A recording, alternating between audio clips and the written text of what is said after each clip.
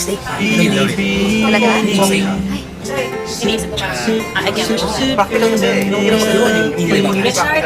Isubo mo ng aking titig, ibaba mo na ang iyong panig. Haha. Kamusta na? Eto, okay naman, syempre. Ano nga pala nangyari sa pinagbigyan mo ng flowers? Nagustuhan ba niya? Oo naman. Ay, Richard? Daniel? Daniel, Richard. Pwede lang kami magkakilala. Ha? Oo. Naalala mo yung time na pinadala mo sa akin bulaklak para sa kanya? Oo, doon. Doon kami nagkakilala.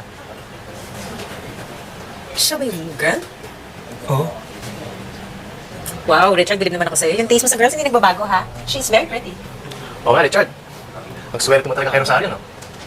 Kailan naman date ni Richard? Margarita, sino ba naman ang hindi makakilala dyan sa babae niya? Si Rosario Campo yan. Yung sikat na singer. Sorry,